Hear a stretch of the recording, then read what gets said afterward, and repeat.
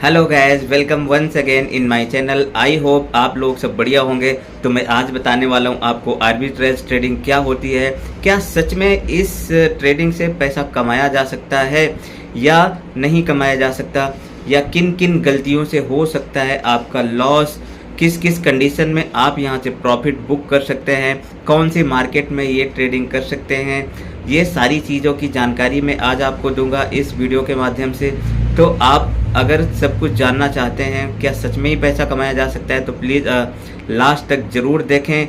और अगर ये वीडियो आपको अच्छी लगे, इन्फॉर्मेटिव लगे तो प्लीज़ लाइक एंड सब्सक्राइब करके जाएं। तो मैं आज स्टेप बाय स्टेप आपको बताऊंगा कि ये मार्केट क्या होती है, इससे किन किन परिस्थितियों में पैसा कमाया जा सकता है और किस किस परिस्थिति में आपका लॉस भी हो सकता है, क्योंकि ट्रेडिंग मार्केट में कभी भी आपका प्रॉफिट भी हो सकता है, कभी भी लॉस हो सकता है। तो आइए चलते हैं, मैं आपको स्टेप बाय स्टेप बताऊंगा।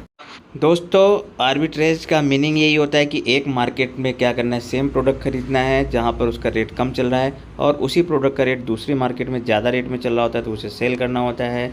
तो आपको समझना होगा कि व्हाट इज़ आर्बिट्रेज। तो मैंने आपको बता ही दिया है कि एक मार्केट से और दूसरे मार्केट के बीच में जो किसी भी सेम प्रोडक्ट का, सेम एसेट्स का क्या प्राइस डिफरेंस होता है, वहाँ से ही प्रॉफिट बुक करते हैं जो भी इस ये ट्रेडिंग करते हैं, आर्बिट्रेज ट्रेडिंग करते हैं। सपोज एक ही प्रोडक्ट का रेट कहीं पे कम चल रहा है, कहीं पर ज़्यादा चल रहा है, तो उसके बीच में एक गैप क्रिएट होता है, एक जो है डिफरेंस होता है।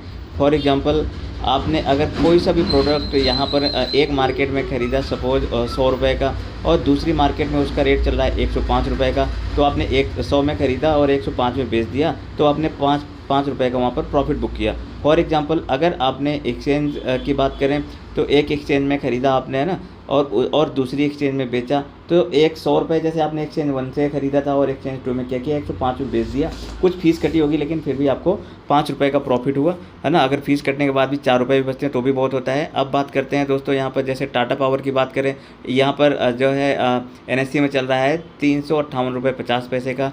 अगर बात करें BSE की तो यहाँ पर 358 रुपये 25 पैसे का।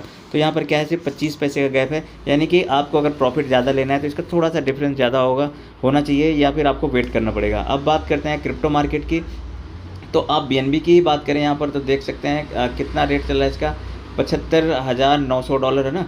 अगर अलग अलग एक्सचेंज में अलग अलग रेट दिखा रहा है, देख सकते हैं इसमें 75,000 कुछ 800 दिखा रहा है ना, कहीं 76 भी दिखा रहा है।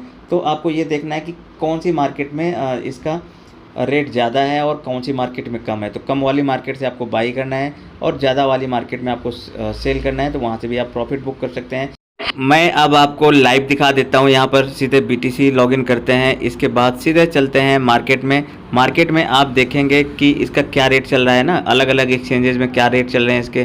तो आप बाइनेंस में देखेंगे तो 82,000 और 87 चल रहा है। इसके बाद देखेंगे 82, ये 7 दोनों में सेम ही चल रहा है। इसके बाद आप देखेंगे ना क्या क्या रेट चल रहा है, तो 82,105 भी चल रहा है यहाँ पर।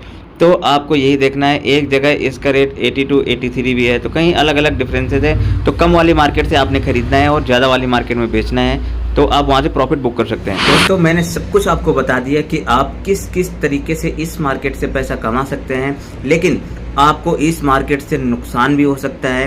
वो कैसे हो सकता है, तो सबसे पहले जो चीज़ आती है आपको बाई करने के लिए, तो दोनों मार्केट के बीच में डिफरेंस थोड़ा सा बड़ा होना चाहिए, गैप बड़ा होना चाहिए। क्योंकि अगर आप कोई भी प्रोडक्ट, कोई सा भी स्टॉक या कोई सा भी क्रिप्टो आप एक एक्सचेंज से खरीदते हैं, उसके बाद आप उसे दूसरे एक्सचेंज में बेचेंगे, तो वहाँ पर क्या होगा, आपकी कुछ जो इनकी फ़ीस होती है, तो एक्सचेंज की फ़ीस भी कटेगी।